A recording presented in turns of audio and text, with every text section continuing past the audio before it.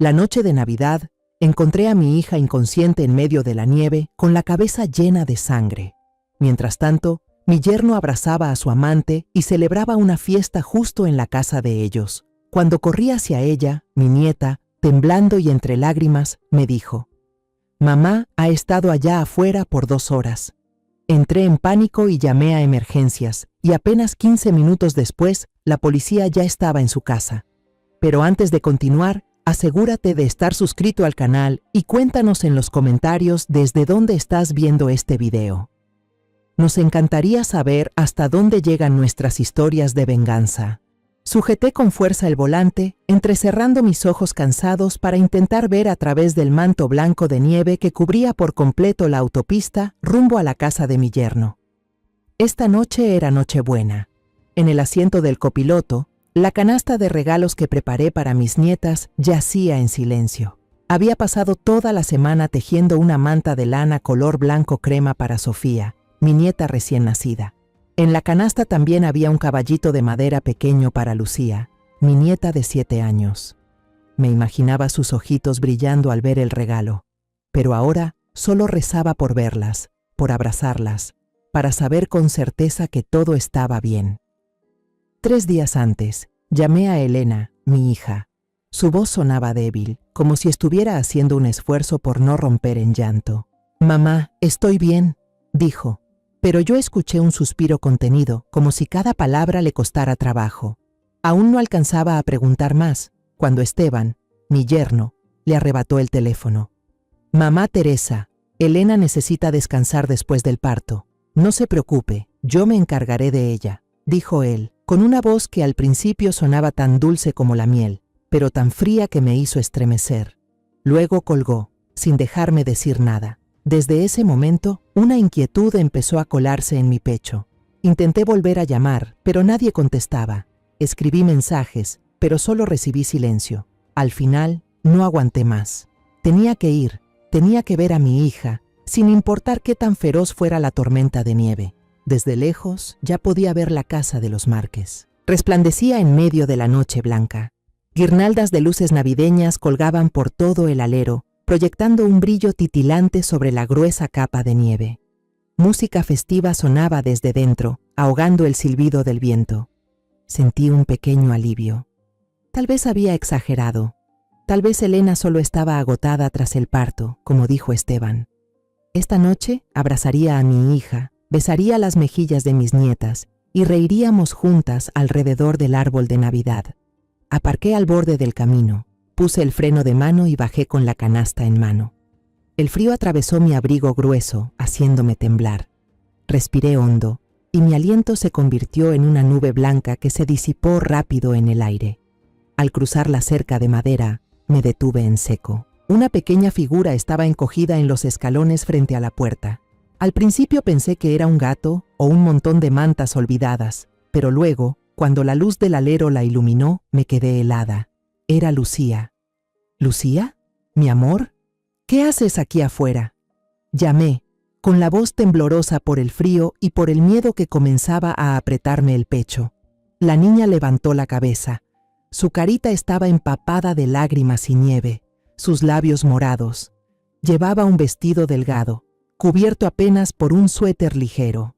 En sus brazos sostenía un bulto envuelto en pañales, abrazándolo como si fuera lo más valioso del mundo. Me acerqué rápido y el corazón se me detuvo cuando vi que era Sofía, mi nieta recién nacida, con su carita arrugada por el frío. Corrí hacia ellas, casi resbalando sobre el hielo, y entonces vi a Elena. Mi hija yacía tendida sobre la nieve, justo al lado de los escalones, su cabello largo esparcido y pegado por la nieve y una sustancia oscura. Sangre salía de una herida en su sien, tiñendo de rojo la nieve blanca. Junto a su cabeza, una maceta de barro estaba hecha pedazos. Algunos trozos afilados estaban cubiertos de sangre. La canasta de regalos se me cayó de las manos, rodando sobre la nieve. Me dejé caer de rodillas, con la mano temblorosa tocando la mejilla helada de Elena. Acerqué el oído a su pecho, tratando de escuchar a través del retumbar de mi propio corazón. El latido era débil, pero seguía ahí. «Gracias a Dios», susurré mientras las lágrimas me brotaban. Elena seguía viva. Abuelita. La voz de Lucía era ronca, entrecortada por los sollozos. Mamá ha estado acostada ahí por 2 horas. La llamé y no despertó. Estaba muy dormida. Me quedé paralizada. 2 horas mi hija estuvo aquí, tirada en la nieve, con sangre corriéndole por la cabeza, mientras mi nieta, una niña de apenas 7 años, abrazaba al bebé recién nacido para mantenerlo caliente. No podía pensar más. Me quité de golpe el abrigo grueso y lo envolví sobre Lucía y la pequeña Sofía. No tengas miedo, mi amor, ya está aquí tu abuela, dije, aunque yo misma temblaba de miedo. Mis manos estaban heladas, los dedos tan entumecidos que marqué mal varias veces antes de poder llamar a emergencias. Por favor, vengan ya. Mi hija está herida, está tirada en la nieve, en el número 24 de la calle San Miguel. Por favor, rápido. Grité casi al teléfono, la voz completamente quebrada. Luego llamé a la policía, repetí la dirección, repetí mi súplica, como si al no decirlo, no fueran a venir. Mientras esperaba, abracé con fuerza a Lucía, tratando de transmitirle algo de calor. Le acaricié el cabello y le susurré, todo va a estar bien, mi amor. Ya no dejaré que nadie les haga daño. Pero entonces, mis ojos se desviaron sin querer hacia la gran ventana del salón. Adentro, la luz cálida del árbol de Navidad titilaba, la mesa llena de manjares, el olor a carne asada y vino flotando en el aire. Don Ricardo, el suegro de Elena, alzaba su copa con una sonrisa exuberante como si fuera un rey.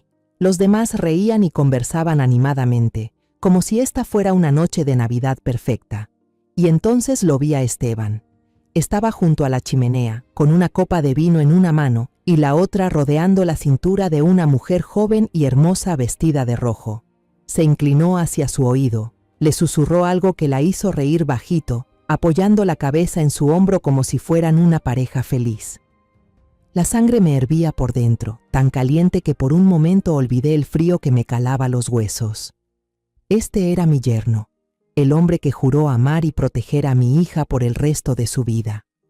El hombre en quien alguna vez confié, al que llegué a llamar hijo.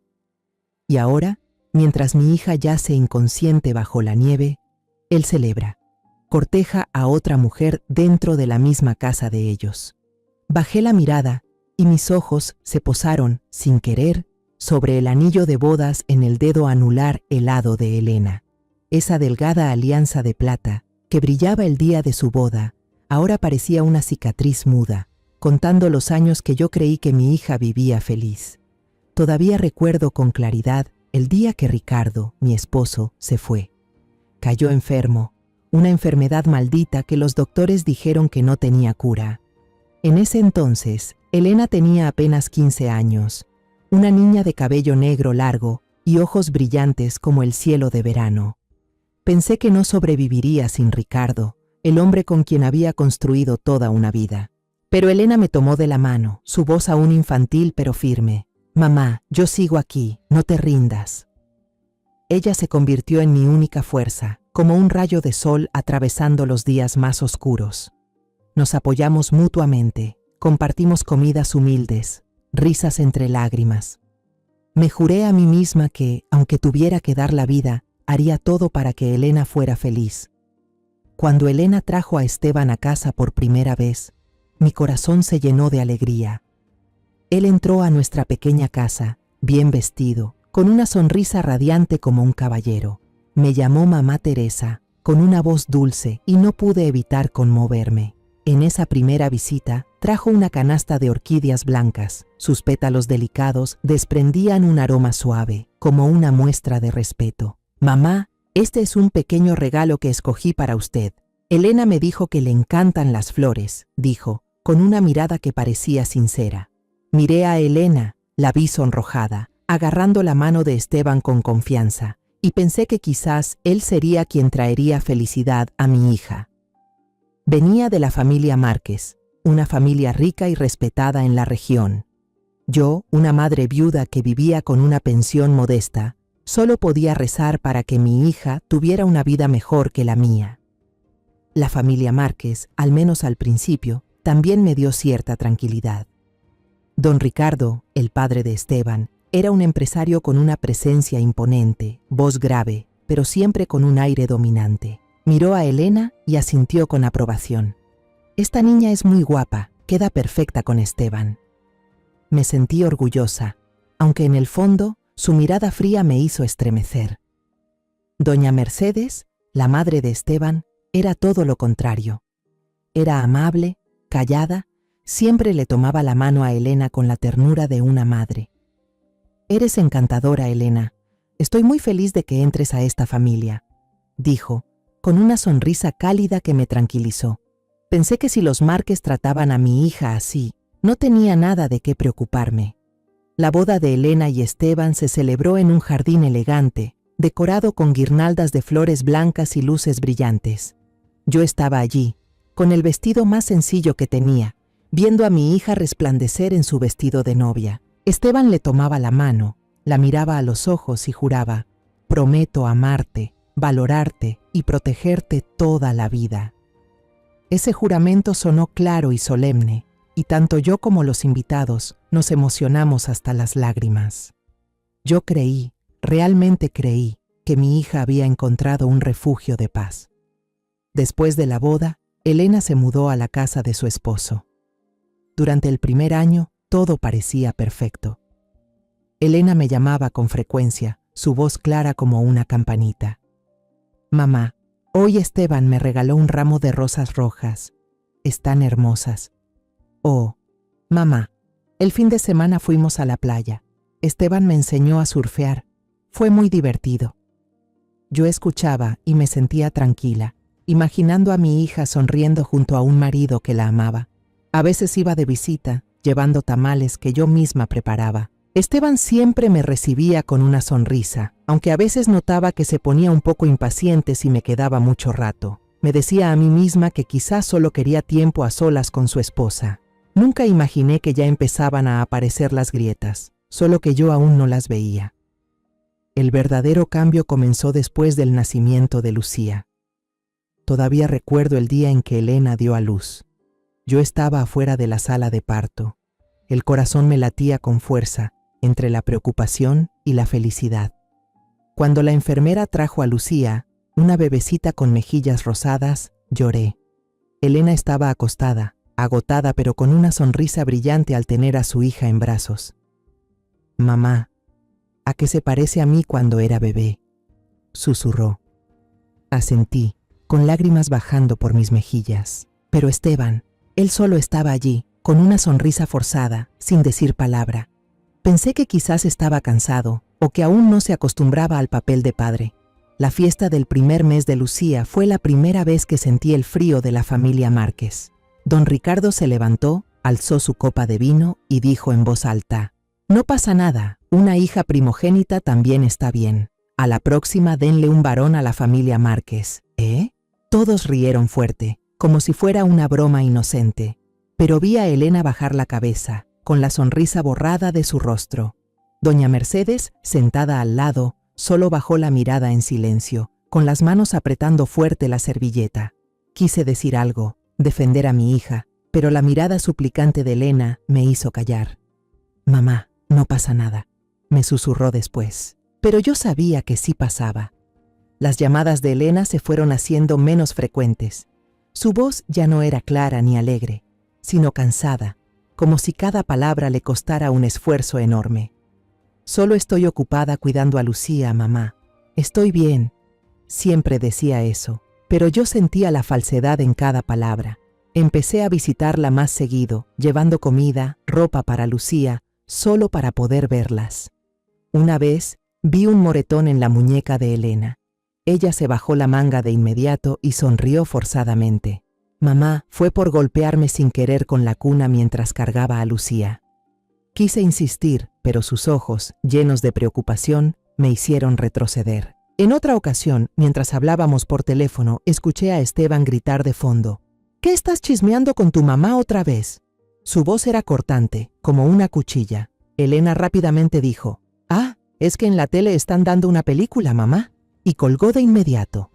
Me quedé con el teléfono en la mano, el corazón latiendo con fuerza. y una sensación de angustia que no paraba de crecer. Empecé a notar los detalles. Esteban revisaba los mensajes de Elena. Decidía incluso qué ropa podía ponerse para salir. Una vez fui a visitarla y la vi pedirle permiso para ir al mercado conmigo, y él respondió: «Está bien, pero regresa antes de las 5. No me hagas esperar para cenar».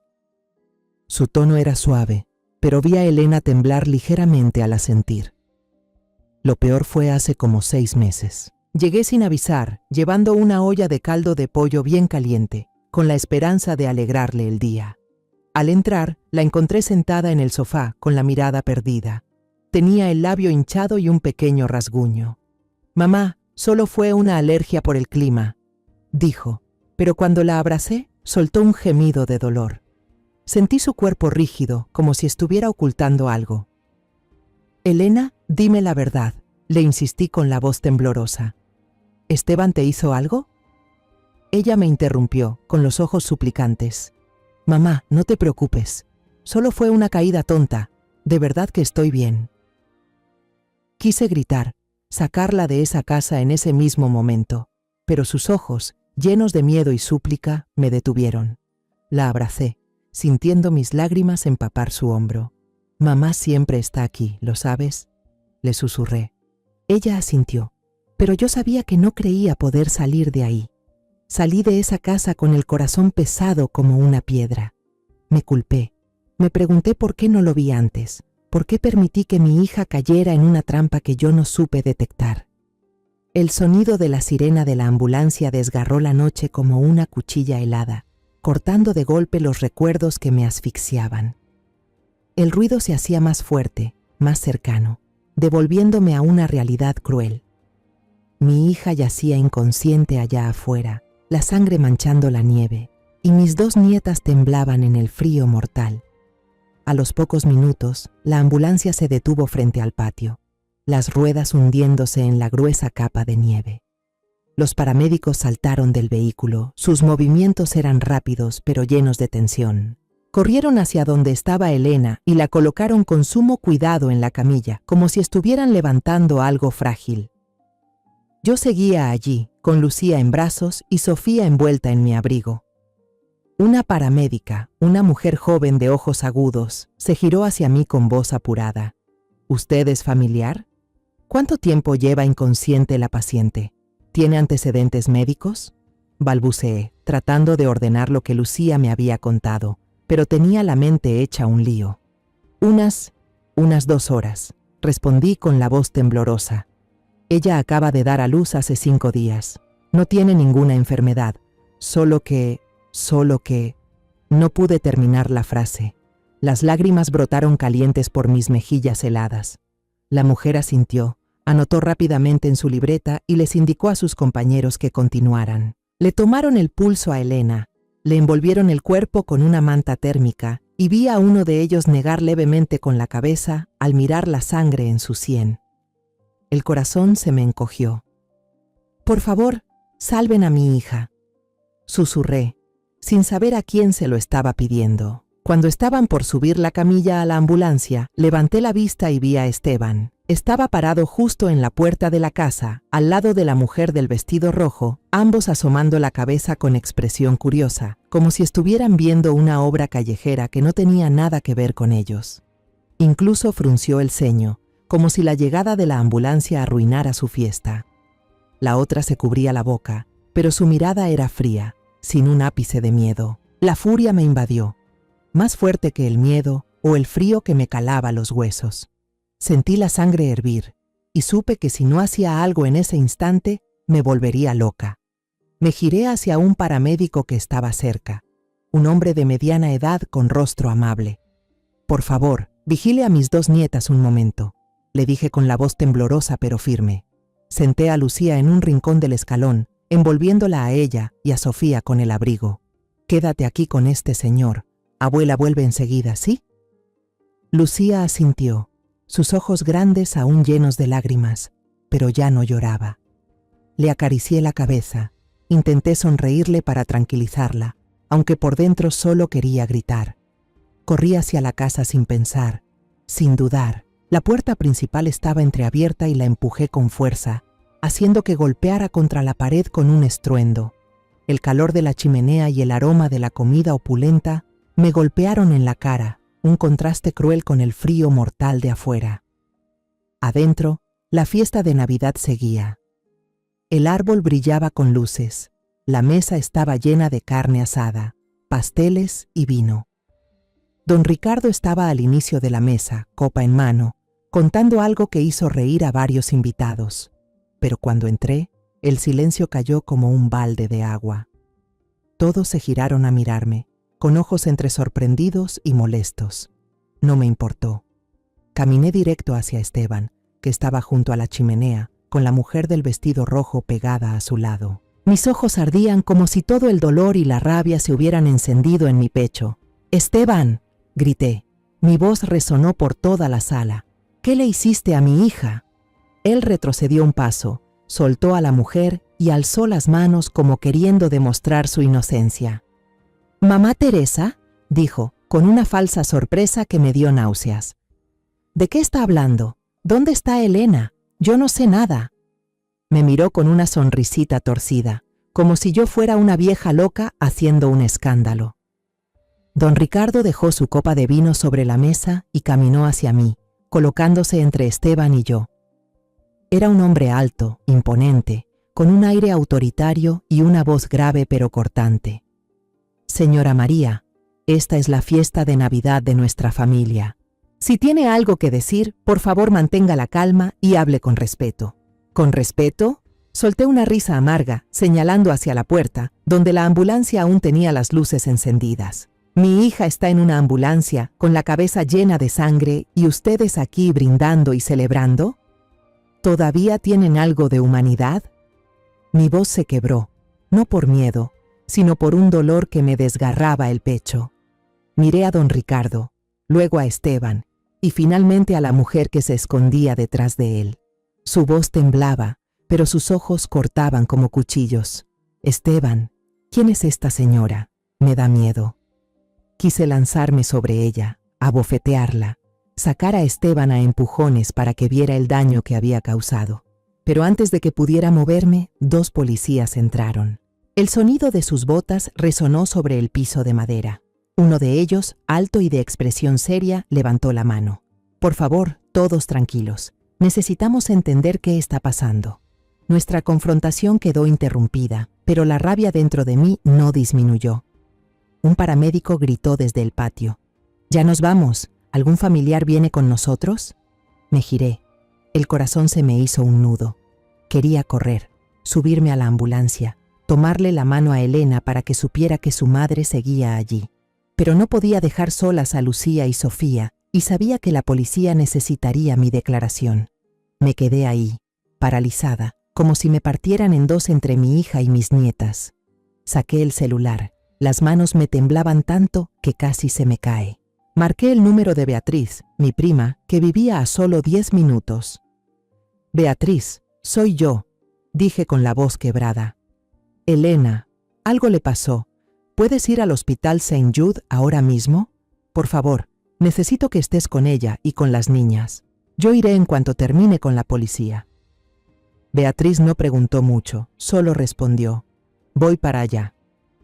Su voz sonaba firme, pero sabía que también estaba preocupada. Colgué, sintiendo que me quitaba un peso de encima, aunque el miedo seguía aferrado a mí.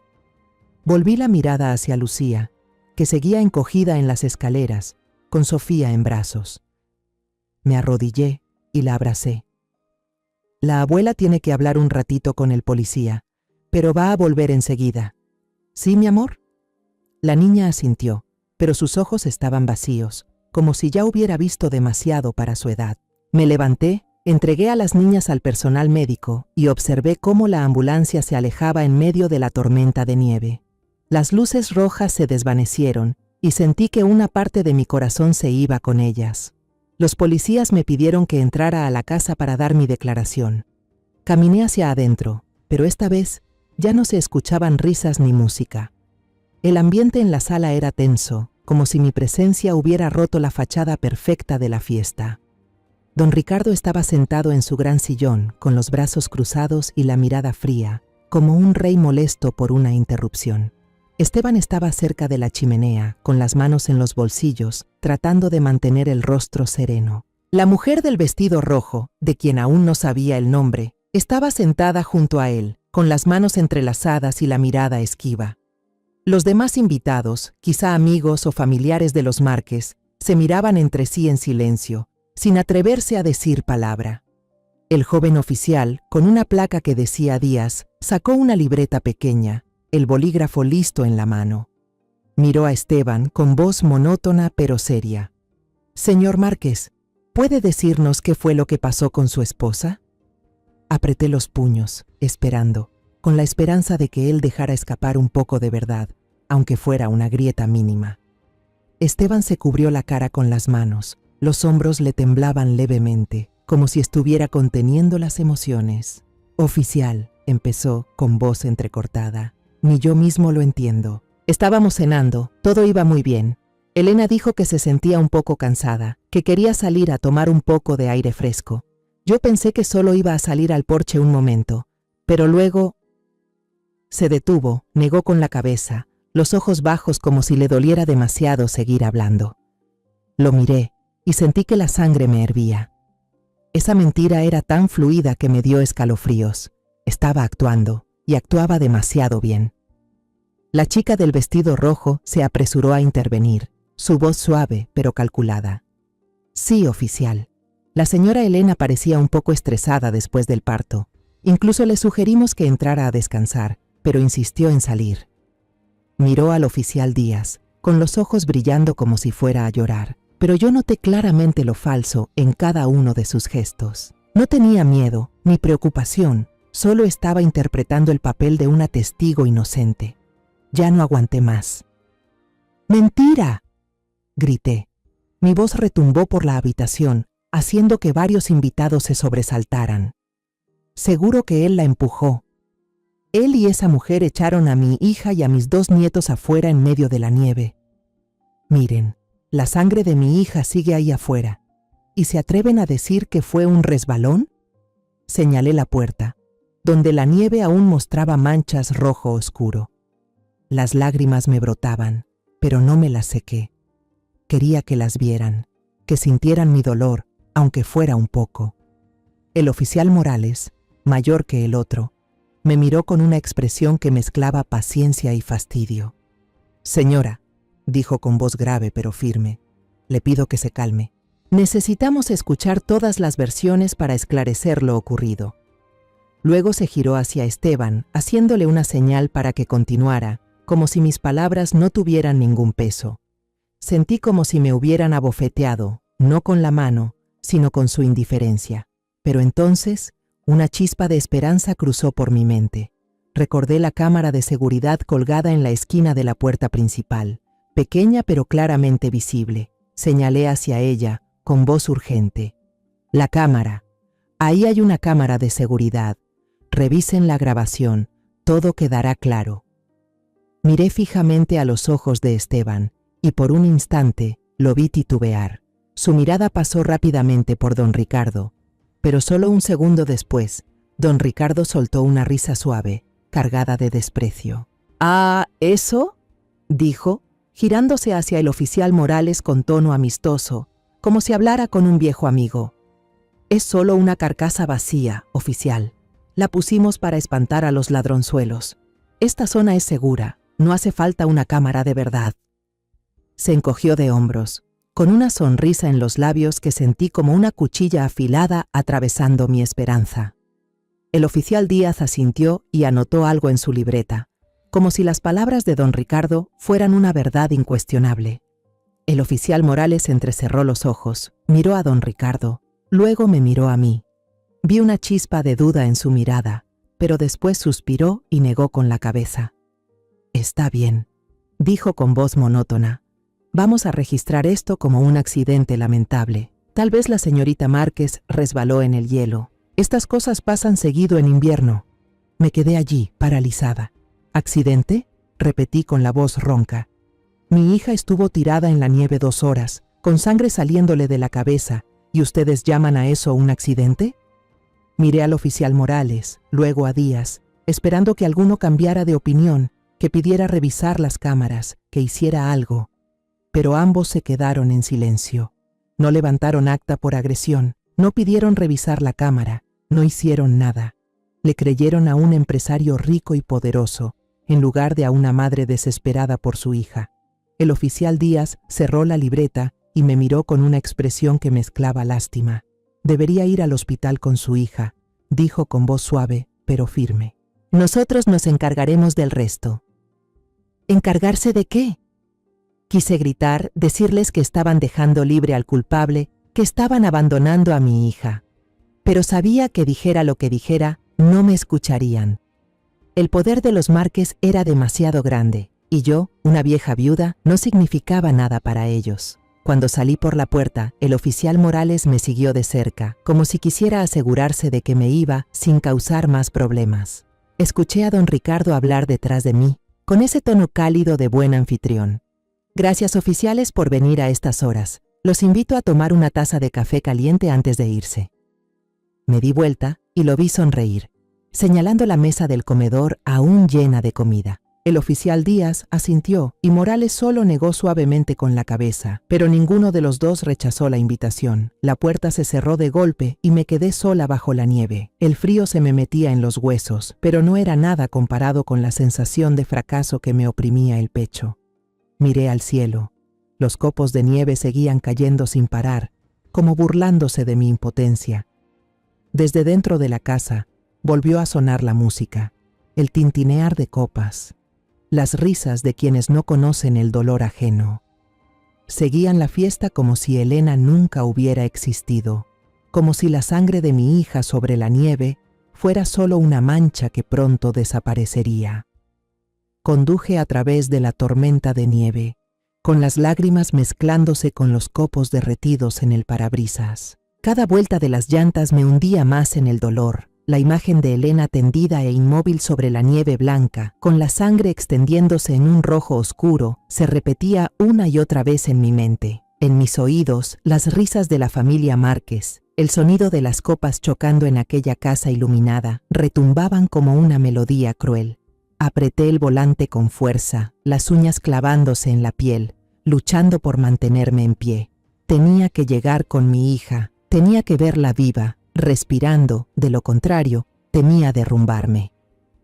Cuando entré corriendo a la sala de emergencias del Hospital St. Jude, el olor a desinfectante y el pitido constante de las máquinas golpearon mis sentidos. La primera escena que vi fue a Beatriz, mi prima, cargando a la pequeña Sofía, envuelta en una manta blanca del hospital. El rostro de Beatriz estaba pálido, los ojos enrojecidos, pero trataba de mantenerse firme, acariciando con ternura a la niña. Corrí hacia ella, con la voz quebrada. ¿Dónde está Elena? ¿Cómo está mi hija Beatriz? Ella señaló una habitación al fondo del pasillo, cubierta con una cortina, y dijo con voz ronca: «Le están haciendo una tomografía, hermana. El doctor dijo que hay una conmoción cerebral, pero hay que esperar los resultados para saber cuán grave es». Me giré hacia Lucía, mi nietecita, que estaba encogida en una silla de plástico azul. Seguía con mi abrigo grueso puesto, abrazando sus rodillas, con la mirada vacía clavada en sus zapatos cubiertos de nieve. Beatriz susurró: «No ha dicho nada desde que llegó, hermana. Solo se sienta ahí, como si tuviera miedo de que, si habla, todo empeore». Sentí un dolor punzante en el pecho. Lucía, una niña de apenas 7 años, había presenciado cosas que ni siquiera una adulta como yo podía soportar. Me arrodillé frente a ella, tratando de sonreír aunque las lágrimas amenazaban con brotar. «Lucía, mi amor», dije con la voz lo más suave posible. «¿Quieres un poco de chocolate caliente? ¿O algo de comer? La abuela te lo consigue». Ella negó con la cabeza sin levantar la vista, con los labios apretados como si estuviera guardando un secreto demasiado grande. Me senté a su lado, puse la mano sobre su hombro y sentí cómo su pequeño cuerpo seguía temblando. No sabía qué decir ni qué hacer para aliviar su dolor. Lo único que podía hacer era estar ahí, junto a ella, para que supiera que no estaba sola. Una enfermera salió de la sala de cuidados para recién nacidos con un biberón de leche tibia en la mano. Se lo entregó a Beatriz con voz suave. La bebé mostró señales leves de hipotermia, pero ya la mantuvimos abrigada. Ahora está bien, solo tenía un poco de hambre. Beatriz asintió y le dio el biberón a Sofía con cuidado, aunque noté que le temblaban las manos. Observé a ese ser diminuto en sus brazos, su carita arrugada al tomar el chupón del biberón. Apenas tenía 5 días de nacida y ya había tenido que soportar el frío helado, haber sido abandonada a la intemperie, todo por culpa de la crueldad de quienes se suponía que debían amarla. Me giré, dejando que las lágrimas cayeran. «Perdóname, Sofía», susurré, sabiendo que no podía oírme. La abuela no llegó antes.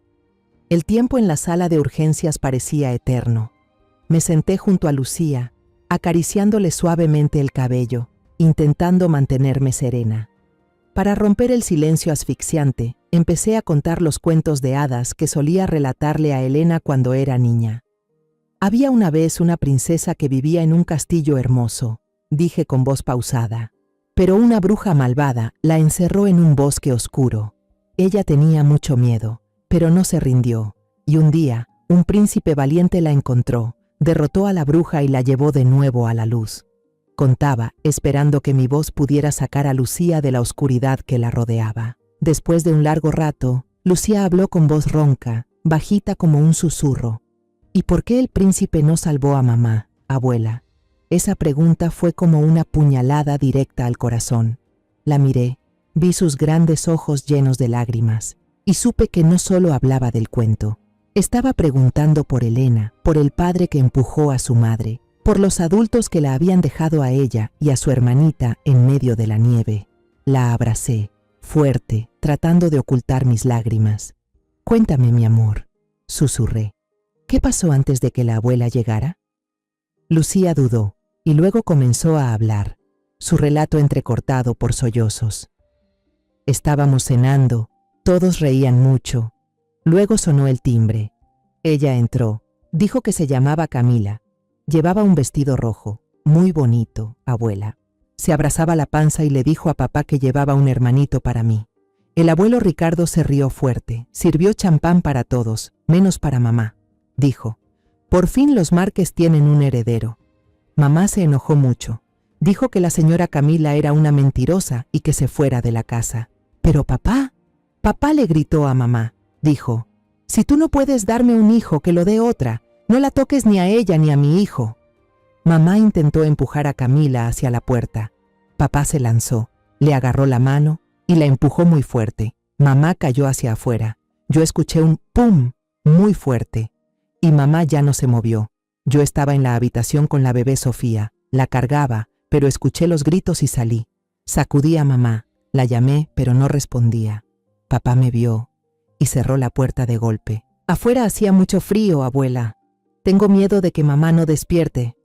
Me quedé paralizada, como si todo sonido en la sala de urgencias hubiera desaparecido. La crueldad de lo que contó Lucía superaba todo lo que alguna vez imaginé.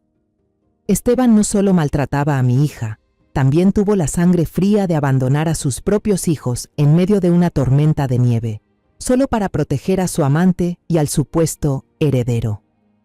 Abracé con fuerza a Lucía. Las lágrimas empapaban su cabello. «Fuiste muy valiente», le susurré, aunque mi voz temblaba. «Estoy orgullosa de ti, y tu mamá también lo estaría». Pero por dentro sentía un fuego de rabia mezclado con un dolor imposible de describir. Permití que mi hija cayera en manos de un monstruo, y ahora mis 2 nietas estaban pagando las consecuencias. Justo en ese momento, se abrió la cortina de la habitación al final del pasillo. Un médico de mediana edad, con canas en el cabello, se acercó con una carpeta en la mano. Me miró con seriedad, pero sin frialdad. «¿Usted es la madre de Elena?», preguntó.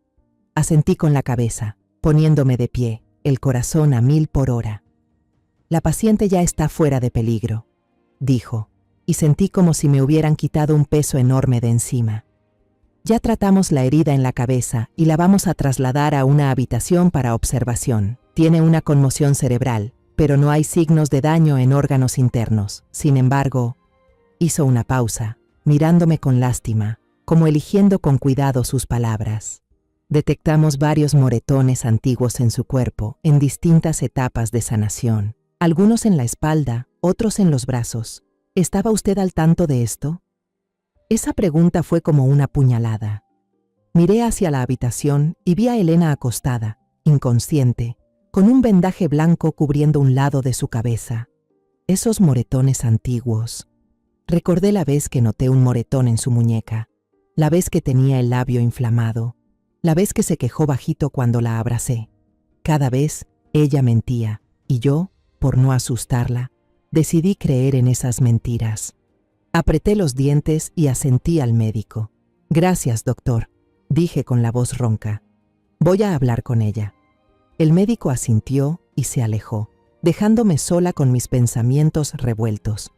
Esa noche no me moví de al lado de la cama del hospital. Beatriz estaba frente a mí, los ojos hinchados de tanto llorar, pero intentando mantenerse fuerte, acariciando con ternura a Sofía, que dormía envuelta en una manta. Lucía estaba hecha un ovillo en la esquina de la habitación, abrazada a mi abrigo, con la mirada perdida en el vacío. La habitación estaba en silencio. Solo se oía el pitido constante de las máquinas y nuestros suspiros contenidos. Cuando los primeros rayos del amanecer se colaron por la rendija de la cortina, Elena se movió levemente. Abrió los ojos, entornándolos por la luz, y lo primero que salió de sus labios resecos fue: «¿Dónde están Lucía y Sofía, mamá?». Su voz era débil, pero la preocupación en ella me apretó el corazón. La miré, sus ojos aún nublados por los medicamentos y el dolor, pero el amor por sus hijas seguía ardiendo con fuerza, como una llama que nunca se apaga. «Están a salvo, allá en la esquina», respondí, pero mi voz sonó más fría de lo que pensaba. «Pero tú no estás a salvo, Elena». No quería sonar dura, pero el dolor, la rabia y la impotencia de la noche anterior todavía me oprimían el pecho. La miré, vi el vendaje blanco en su cabeza, vi ese rostro pálido que besé miles de veces cuando era niña. Ella no estaba a salvo, y yo no podía fingir que todo estaba bien. Elena intentó incorporarse, pero el dolor de la herida la hizo fruncir el ceño y llevarse la mano a la cabeza. «Solo fue un accidente, mamá», murmuró con voz temblorosa. «Me resbalé. La nieve estaba muy resbalosa». Esa mentira tan conocida me dio escalofríos. ¿Cuántas veces había escuchado algo parecido de su boca? Me pegué con la puerta. «Es una alergia por el clima». Cada vez yo quería creerle porque tenía miedo de enfrentar la verdad, de perderla para siempre. Pero ahora, después de todo lo que pasó, no podía dejar que siguiera escapando. Yo no discutí. Simplemente acerqué la silla en silencio y tomé la mano helada de mi hija. «¿Ah, sí?», dije, con una voz serena pero tan filosa como una navaja. «¿Y qué hay de los moretones en tu espalda? ¿Y la cicatriz tenue en tu brazo? ¿También fueron por resbalarte?». La miré directo a los ojos, sin dejar que los apartara. Elena guardó silencio, con los labios apretados, parpadeando rápido como si intentara contener las lágrimas.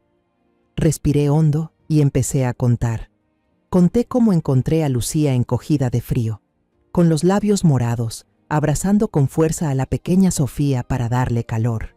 Repetí cada palabra que Lucía me había dicho, con esa vocecita temblorosa mientras contaba cómo su papá, Esteban, le gritó a su mamá, cómo la empujó al suelo cubierto de nieve y luego cerró la puerta de un portazo, dejándolas a las 3 bajo la tormenta. Conté lo de Camila, la mujer del vestido rojo, y cómo toda la familia Márquez celebraba la llegada del heredero aún no nacido, como si Elena y sus hijas no valieran nada. Cada palabra que decía era como una puñalada, no solo para Elena, sino también para mi propio corazón.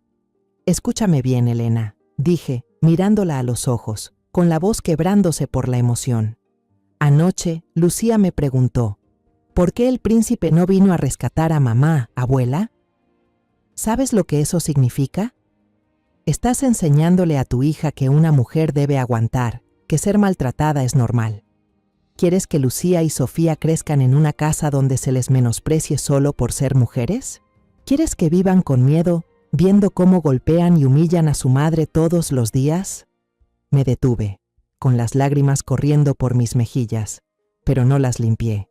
Quería que mi hija las viera, que sintiera el dolor mío, de Lucía, de todas nosotras. Mis palabras fueron como dagas rompiendo la coraza que Elena había construido durante tanto tiempo. Esa coraza se hizo pedazos. Mi hija rompió en llanto, un llanto desgarrador, con sollozos cargados de años de dolor acumulado. «Mamá, lo siento», balbuceó, apretando con fuerza mi mano. Yo no quería, solo quería mantener unida a la familia. No quería que Lucía y Sofía crecieran sin su papá. Aquella confesión fue como un corte profundo, doloroso. La miré y vi su fragilidad, su miedo, pero también el amor inmenso que sentía por sus hijas. Abracé sus hombros temblorosos, la atraje hacia mí como cuando era niña, cuando un abrazo de mamá podía curar cualquier herida. «Un hogar roto puede ser peor que el infierno, hija», susurré con la voz entrecortada. «Callar no es sacrificio, callar es complicidad.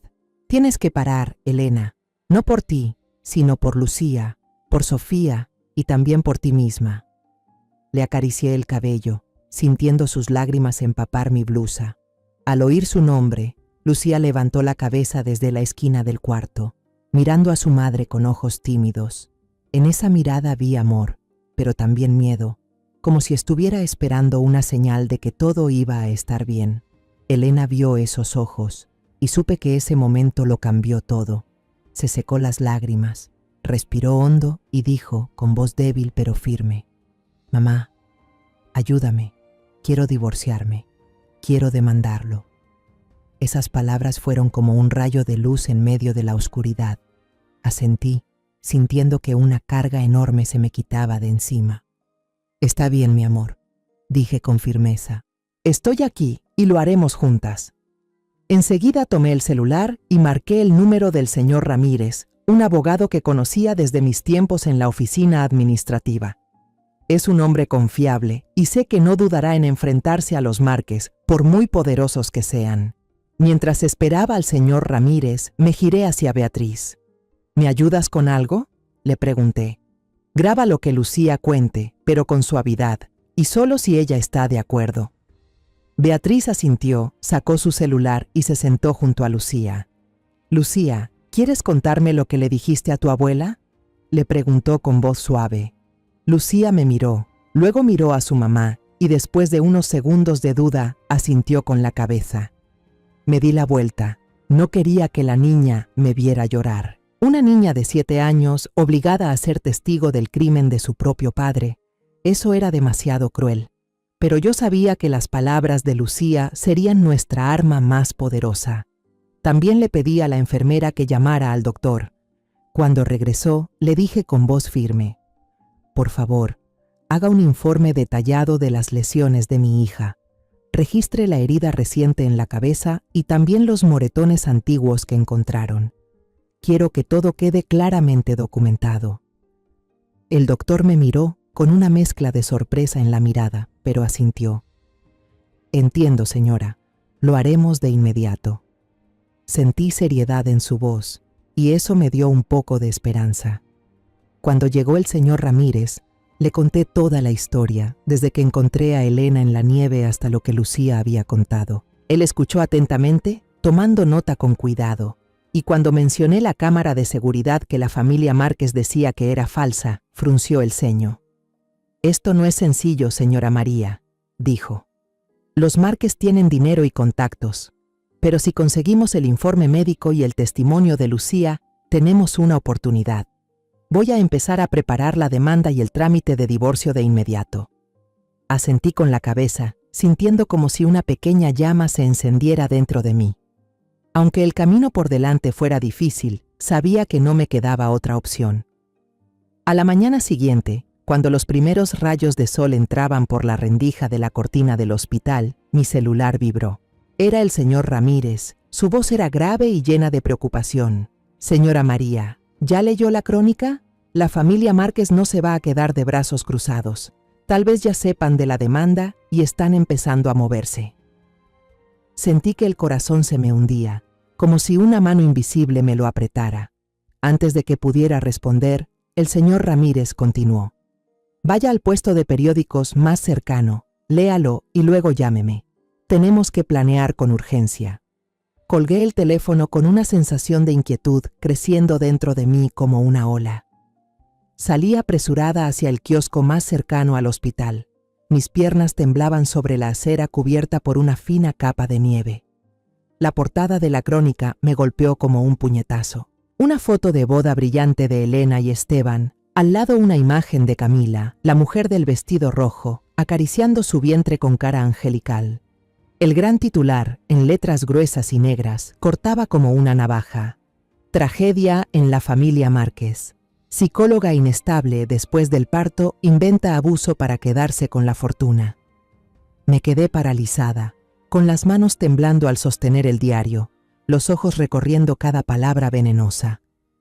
El artículo citaba a una fuente cercana, sin duda fabricada por los Márquez, asegurando que Elena sufría una fuerte depresión posparto, tenía delirios y celos infundados hacia Camila, una amiga muy querida de la familia.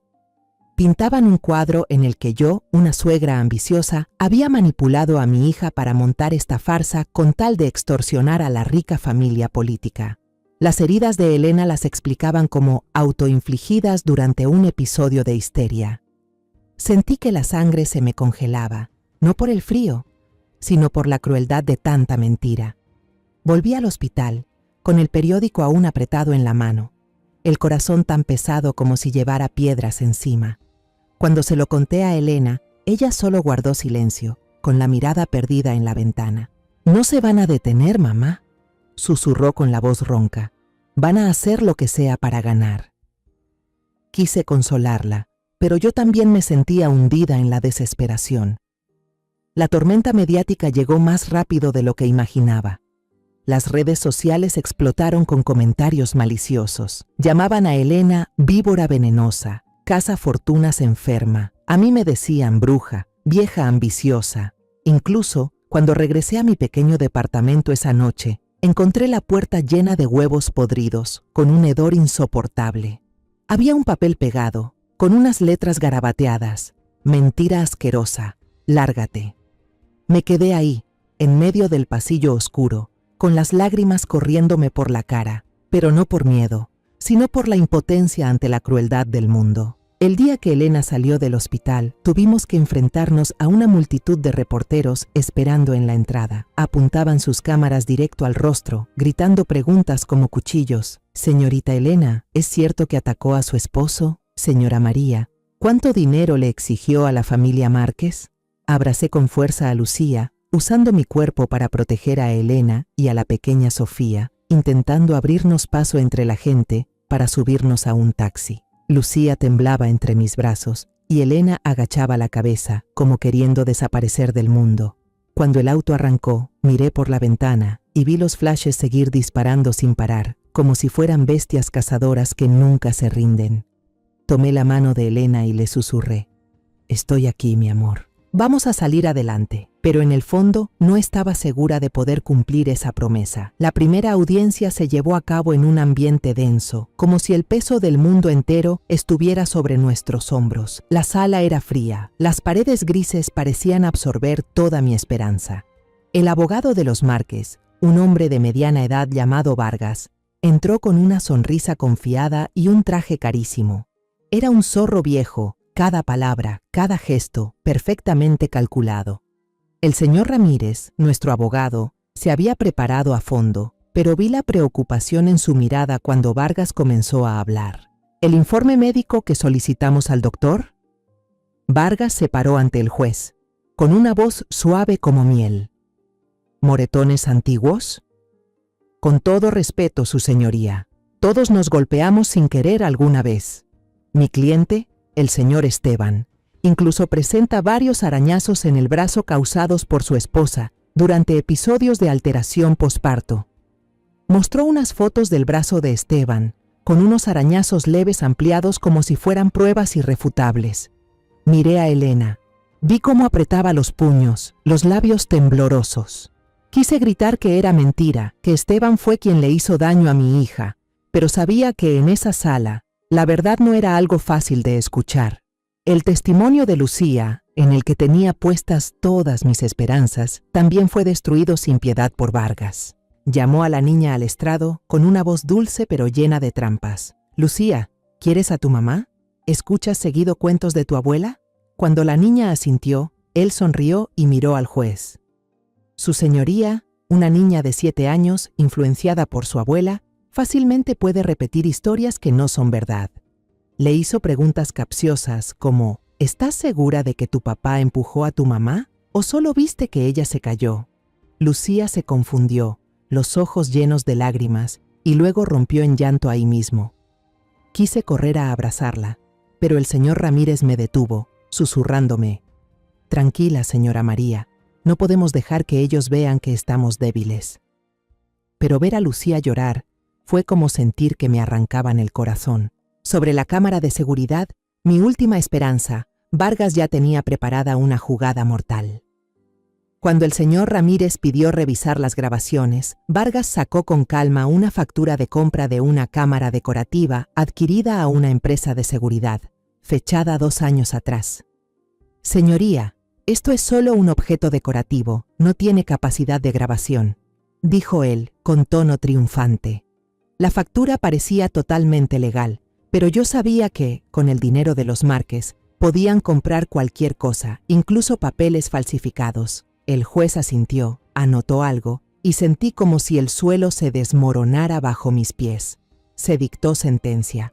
La demanda por violencia familiar fue desestimada por falta de pruebas concluyentes. El divorcio fue aprobado, pero el fallo cayó sobre nosotros como un balde de agua fría. Elena no recibiría ninguna parte de los bienes por la corta duración del matrimonio, y fue considerada culpable de provocar conflictos familiares. La custodia fue otorgada a Elena, pero Esteban solo tendría que pagar una pensión mínima, tan baja que apenas alcanzaría para comprar leche para Sofía. Él se quedó con la casa, el coche, con todo. Yo estaba ahí, apretando fuerte la mano de Elena, sintiendo que el mundo entero se burlaba de nosotras. Como golpe final, don Ricardo se puso de pie, nos miró directamente a través de sus gafas de aro dorado, con una mirada helada. Salió al pasillo donde los reporteros ya lo esperaban, y declaró con voz firme: «La familia Márquez considerará demandar a la señora María Teresa y a la señorita Elena por difamación, por dañar nuestra honra y reputación».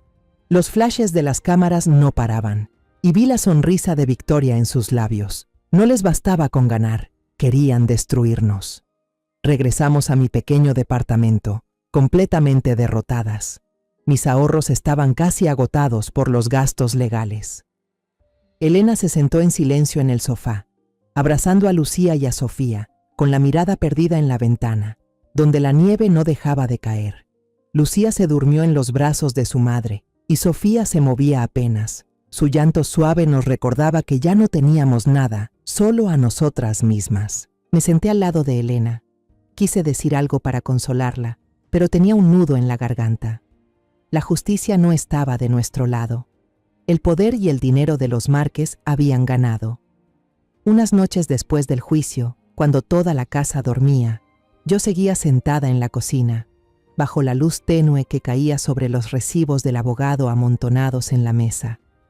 Cada número en el papel era como una cuchilla, recordándome que mis ahorros de toda la vida estaban a punto de acabarse y que la justicia que yo esperaba conseguir para Elena seguía siendo un sueño lejano. De pronto se escucharon unos golpes en la puerta, suaves y tímidos, como si quien estuviera afuera tuviera miedo de despertar al mundo entero. Me sobresalté, el corazón me latía con fuerza. ¿Quién vendría a esta hora, bajo esta lluvia torrencial? Caminé hacia la puerta, miré por la mirilla, y bajo la luz amarillenta del pasillo, vi la silueta de una mujer encogida bajo un paraguas negro. Doña Mercedes. La rabia me invadió como un fuego. Ella, la madre de Esteban, esposa de don Ricardo, la que había guardado silencio todos estos años mientras Elena era maltratada. ¿Ahora se atrevía a venir? Entrecerré la puerta, la sostuve con todas mis fuerzas y mi voz temblaba de indignación. ¿A qué viene, señora? ¿A reírse de nosotras? ¿O viene a traernos las amenazas de su esposo y su hijo? Doña Mercedes no me miró. Estaba ahí parada, empapada. Su paraguas no alcanzaba a cubrirla del todo. «Por favor, María», dijo con voz temblorosa y apagada. «Déjame entrar un momento. No vengo con malas intenciones». Bajó la mirada, como si cargara con un peso que no podía compartir. Antes de que pudiera responder, la voz de Elena sonó desde atrás. «Mamá, ¿qué pasa?». La niña, aún débil después de varios días en el hospital, salió del dormitorio, con el cabello desordenado. Al ver a su suegra, Elena se quedó paralizada. Luego corrió hacia mí y puso la mano sobre mi hombro. «Mamá, déjala entrar», dijo con voz suplicante. «En esa casa, ella fue la única que me trató bien». Me volví a mirar a Elena, y en su mirada no vi enojo, sino algo parecido al agradecimiento. «Fue mamá Mercedes quien me pasó a escondidas la manta de lana que tú tejiste cuando Esteban quiso tirarla», contó apresurada. «Fue ella quien me cocinó una sopa de pollo cuando tenía náuseas por el embarazo, porque toda la familia decía que yo solo quería llamar la atención. Mamá, por favor». Las palabras de Elena me dejaron helada. La rabia dentro de mí se desvaneció, reemplazada por una mezcla de sorpresa y desconfianza. Miré a doña Mercedes, que seguía de pie allí, con las manos apretando con fuerza el mango de su paraguas, como si esperara una sentencia. Finalmente, abrí la puerta de mala gana, con la voz aún fría. «Entra.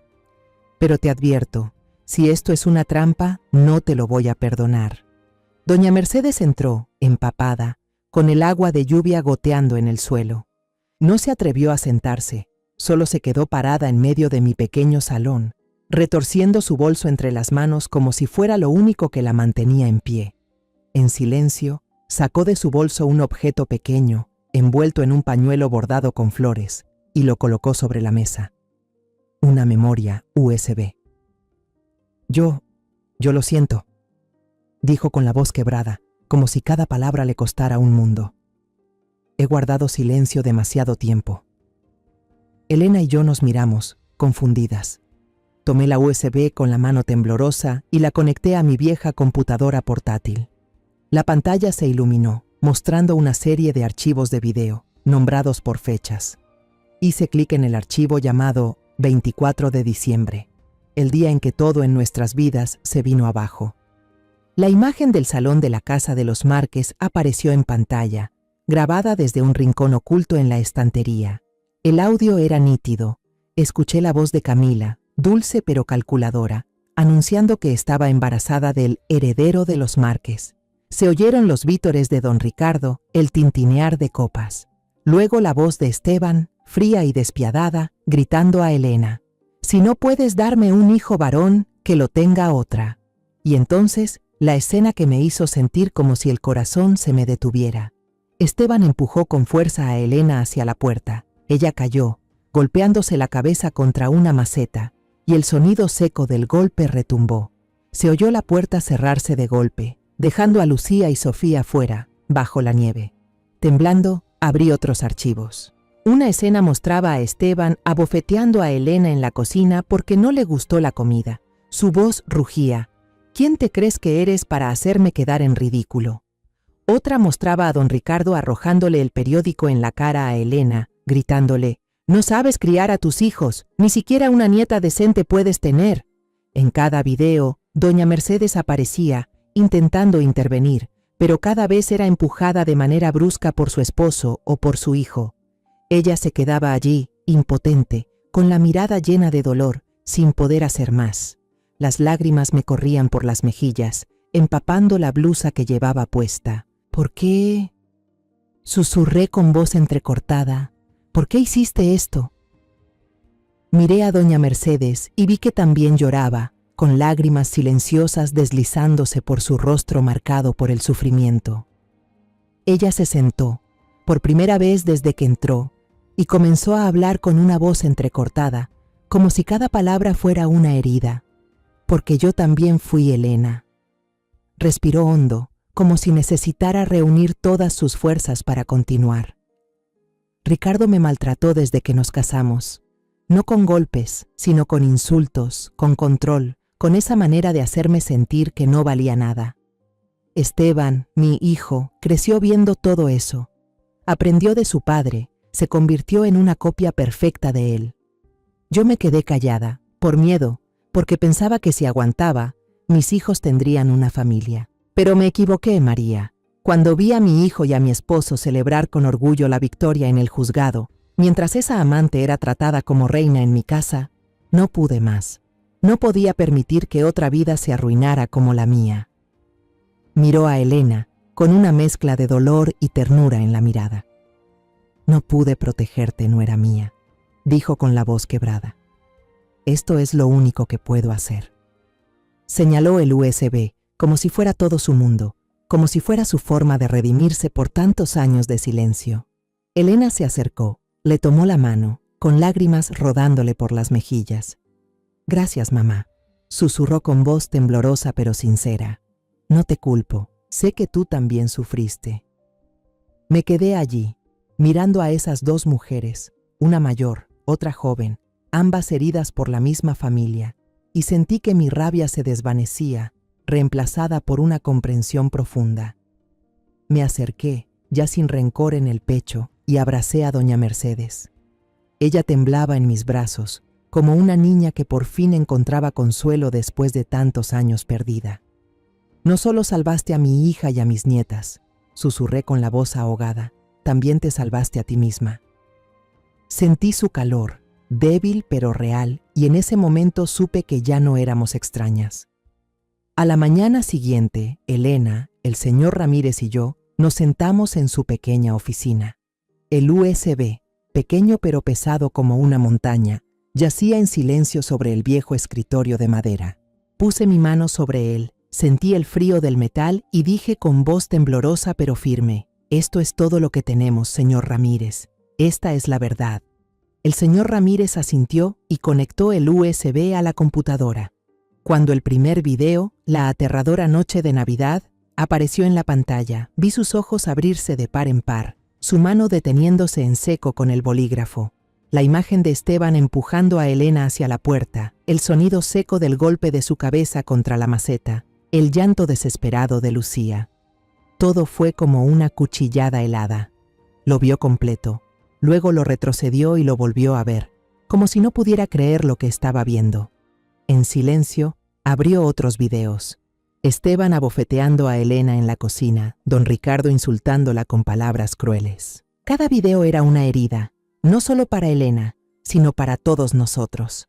Finalmente, se recostó en la silla y soltó un largo suspiro, como si hubiera corrido un maratón. «Es increíble», dijo con voz grave pero llena de indignación. Me miró, luego miró a Elena, y en sus ojos ya no había solo profesionalismo de abogado, sino la rabia de un ser humano. «Tenemos todo aquí, señora María. Esto no es solo evidencia, es una acusación formal. Voy a presentar una apelación urgente hoy mismo». Tomé la mano de Elena. Sentí cómo temblaba, pero también su calor. «Gracias», susurré con lágrimas a punto de salir. Por primera vez en días, sentí una chispa de esperanza, pequeña pero brillante, como un rayo de sol atravesando la tormenta. El señor Ramírez asintió y empezó a preparar los documentos. Su voz era firme. «Voy a recalcar ante el tribunal la gravedad del caso y cómo los Márquez ocultaron deliberadamente las pruebas. Esta vez no van a salirse con la suya». Pocos días después, la noticia sobre el video impactante filtrado se esparció como fuego en el viento. Los periódicos que antes nos difamaban, llamando a Elena la víbora y a mí la bruja, ahora cambiaban de tono apresuradamente. La portada de la crónica lanzaba un titular en grande: «¿Caso Márquez con misterios? Aparece video inédito». Otros artículos preguntaban: ¿qué ha ocultado la familia Márquez? Los reporteros volvieron a rodear la lujosa casa de los Márquez, pero esta vez no hubo sonrisas confiadas ni copas de vino para recibirlos. Escuché que don Ricardo cerró con llave el portón, negándose a dar entrevistas, pero los flashes seguían estallando, como ojos que nunca parpadean. Llegó el día de la audiencia de apelación y la sala del tribunal estaba repleta. El ambiente era pesado, como si todos contuvieran el aliento. Me senté junto a Elena, apretándole la mano, sintiendo la tensión en cada uno de sus dedos. Lucía y Sofía se quedaron en casa con Beatriz, y en silencio di gracias de que mis nietas no tuvieran que presenciar aquello. Miré hacia la primera fila y vi a Esteban y don Ricardo sentados ahí, aún intentando mantener la arrogancia, pero noté la preocupación en sus ojos. Esteban miraba una y otra vez hacia la puerta, como esperando a alguien, pero Camila, la mujer del vestido rojo, no apareció. Me pregunté si habría huido o simplemente no quería verse envuelta en esta tormenta. El abogado Vargas, ese zorro viejo de los Márquez, se levantó. Su voz sonaba firme, pero no podía esconder la tensión. Señoría, estos videos son producto de grabaciones ilegales que violan gravemente la privacidad de mi cliente. Solicito que el tribunal no los admita como evidencia. Caminaba de un lado a otro, señalándonos como si nosotros fuéramos los criminales. Apreté la mano de Elena, sentí que temblaba, pero le susurré: no tengas miedo, hija. La verdad hablará por sí sola. El señor Ramírez se puso de pie, su voz tranquila pero afilada como una navaja. Señoría, la privacidad no puede usarse para encubrir un crimen, especialmente uno de violencia que ocurre dentro del hogar, el lugar que debería ser el más seguro. Miró al juez directamente, sin titubear. Estos videos son prueba clara de una violencia sistemática, y el intento de la familia Márquez por ocultar la verdad solo confirma su culpabilidad. La jueza, una mujer de mediana edad con rostro severo, hizo una señal al Comité Forense Tecnológico para que presentara su evaluación. Un experto subió al estrado, hablando con claridad. Hemos examinado los archivos de video. Todos son originales, sin indicios de edición o manipulación. Los metadatos indican que fueron grabados desde varios dispositivos instalados dentro de la casa del acusado. Esa afirmación retumbó como un trueno, provocando murmullos en toda la sala. Vi a Esteban agachar la cabeza, con las manos temblando, mientras don Ricardo apretaba con fuerza los brazos de su silla. La jueza asintió y dijo: el tribunal autoriza la proyección del video del 24 de diciembre, aquí mismo. Al levantarse la pantalla grande, toda la sala quedó en completo silencio. Los gritos de Esteban, el llanto desesperado de Lucía, el portazo frío y violento, todo resonaba por la sala. Miré a Elena, vi cómo apretaba los labios con fuerza, las lágrimas corriendo por sus mejillas sin emitir sonido alguno. Le tomé la mano, tratando de transmitirle algo de fuerza. Cuando el video terminó, se oyeron susurros por toda la sala y vi que don Ricardo bajaba la cabeza mientras Esteban se desplomaba sobre la mesa, cubriéndose la cara con las manos. Vargas se levantó, pero su voz ya no tenía la misma seguridad. Esto no es más que un conflicto familiar que se salió de control. Mi cliente estaba muy estresado y... Pero antes de que pudiera terminar, el señor Ramírez lo interrumpió. Su voz tronó como un relámpago. Llamamos al siguiente testigo, la señora Mercedes Alcalá, esposa del señor Ricardo Márquez. La sala estalló en murmullos. Esteban y don Ricardo se giraron de golpe, sus rostros llenos de horror al ver a doña Mercedes, vestida con sencillez pero con dignidad, caminando con calma hacia el estrado. La observé, notando el leve temblor en sus manos, pero en sus ojos había determinación, como si hubiese esperado toda la vida por ese momento. La voz de ella al principio temblaba, pero mientras hablaba se volvió cada vez más firme. Confirmo que estos videos son reales, comenzó, mirando directamente al juez. Pero quiero decir algo más. Durante 40 años viví bajo el control y el abuso psicológico de mi esposo, el señor Ricardo Márquez. Él me hizo sentir que yo no valía nada, y mi hijo, Esteban, aprendió de su padre. Se giró hacia Esteban, con una mirada llena de dolor, pero sin rastro de miedo. Me equivoqué al quedarme callada. Mi silencio te convirtió en un monstruo igual que tu padre. Su testimonio fue como el golpe final, rompiendo todas las mentiras. Esteban agachó la cabeza, con los hombros temblando, mientras don Ricardo permanecía inmóvil, como una estatua de piedra olvidada por el tiempo. Yo miré a doña Mercedes, sintiendo una mezcla de gratitud y tristeza. Había pagado con toda su vida para poder estar ahí y decir la verdad. El tribunal dictó sentencia. Esteban Márquez fue condenado a 5 años de prisión por violencia familiar, lesiones intencionales, omisión de auxilio y difamación. Don Ricardo recibió una sentencia de 2 años con suspensión condicional y una fuerte multa por encubrimiento de delitos y falsificación de pruebas. La sentencia de divorcio anterior fue anulada. El tribunal emitió una nueva resolución. Los bienes comunes serían divididos a la mitad, y Esteban debía pagar una gran indemnización a Elena por los daños físicos y psicológicos. La casa sería vendida para proceder con la repartición. Cuando salimos del juzgado, el sol brillaba, cálido y radiante. Tomé la mano de Elena, sentí su calor, y por primera vez en mucho tiempo, respiré profundamente.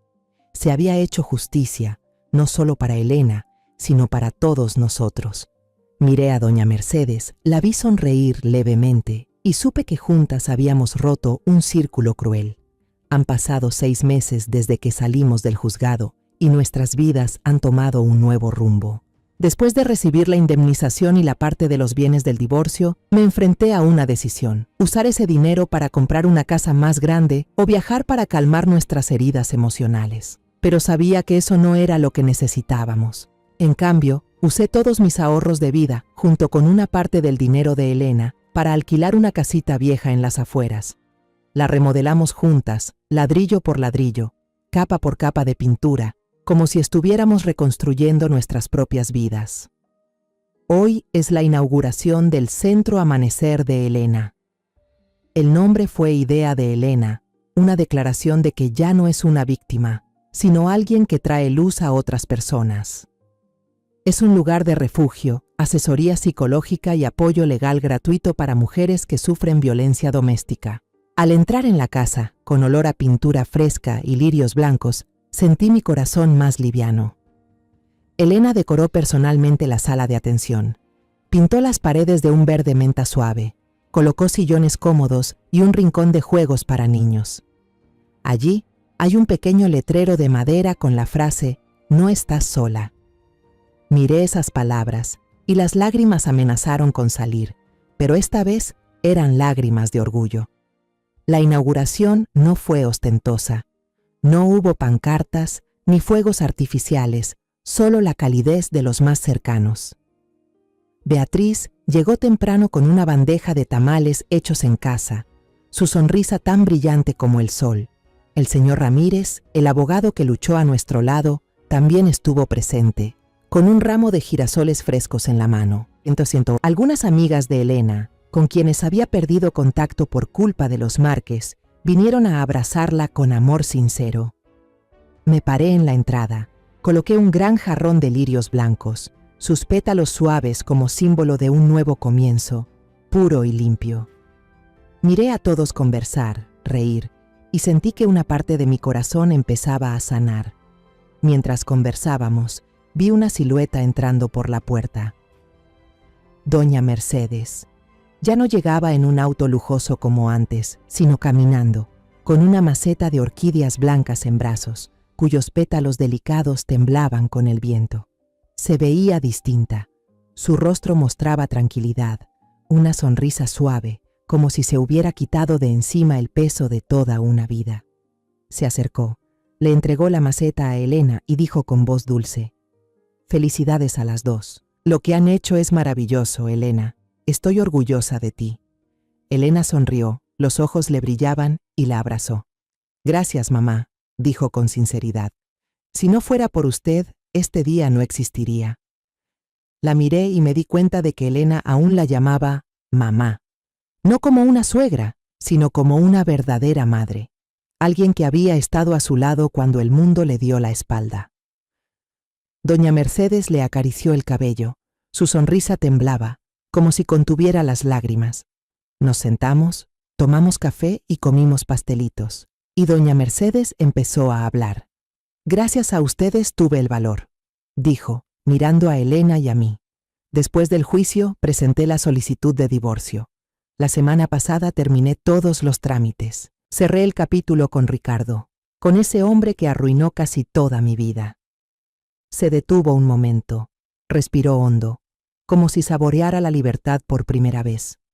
Renté un pequeño departamento, vivo con mis ahorros. Por primera vez, siento que realmente estoy viviendo. Le tomé la mano, sentí el calor en sus dedos delgados. Hizo lo que muchas no se atreven, dije con la voz entrecortada. Usted es una inspiración para nosotras. Ella sonrió, una sonrisa suave pero poderosa. Siguió contando, con una voz serena pero cargada de amargura. Esteban salió antes por buena conducta, pero lo perdió todo. Su carrera, su reputación, sus amigos. Camila, después de tener al niño, se fue con otro hombre porque no soportó la pobreza. Ahora Esteban tiene un trabajo físico, luchando para mantener a un hijo que ni siquiera es suyo. Se quedó en silencio, con la mirada perdida. La semana pasada me llamó, llorando, rogándome ayuda con dinero. Le dije que no. Tienes que pagar por lo que hiciste, le respondí. Esa fue la última lección que pude darle. Al escucharla, no sentí satisfacción, ni rencor. Solo quedaba paz, como si una brisa suave se llevara todas las nubes oscuras.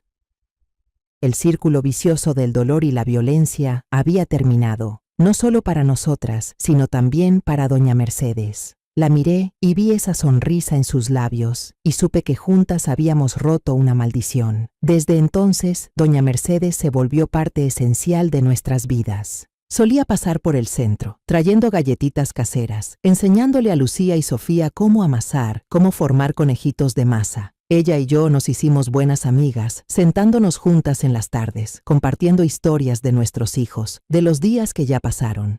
Elena seguía llamándola mamá, y cada vez que escuchaba esa palabra, veía cómo se le iluminaban los ojos, como si volviera a vivir. Una tarde, mientras estábamos sentadas en la banca del patio del centro, mirando a Lucía jugar con otros niños, ella me tomó la mano y dijo con voz cálida: María, nunca pensé que tendría una familia así. No una de sangre, sino una de comprensión y amor. Sonreí, apreté su mano con fuerza. Nos encontramos, Mercedes, y eso es lo más valioso de todo. Yo solía pensar que el silencio era la mejor manera de proteger a mi hija, de conservar lo poco que quedaba de un hogar. Pero fue precisamente ese silencio el que casi la mata. Con mi historia de venganza, solo quiero enviar un mensaje a todas las madres, a todas las mujeres que están aguantando en la oscuridad. Nunca cambien una paz falsa por un dolor real. La violencia, sea física o emocional, nunca debe verse como un asunto de familia ajena, sino como un crimen que tiene que salir a la luz. La justicia puede ser ciega ante el dinero y el poder, pero la verdad nunca será olvidada, mientras sigamos teniendo el valor de hablar y de luchar. La historia que acabas de escuchar ha sido modificada en nombres y lugares para proteger la identidad de las personas involucradas. No la contamos para juzgar, sino con la esperanza de que alguien escuche y se detenga a reflexionar. ¿Cuántas madres están sufriendo en silencio dentro de su propia casa? De verdad me lo pregunto. Si tú estuvieras en mi lugar, ¿qué harías? ¿Elegirías callar para mantener la paz o te atreverías a enfrentarlo todo para recuperar tu voz? Quiero saber tu opinión sobre esta historia de historias que duelen, o cualquier sugerencia que tengas para que podamos mejorar nuestro contenido. Dios siempre bendice, y yo creo firmemente que el coraje nos llevará a días mejores. Por ahora, en la pantalla final te dejaré 2 de las historias más queridas del canal. Estoy segura de que te van a sorprender. Gracias por quedarte conmigo hasta este momento.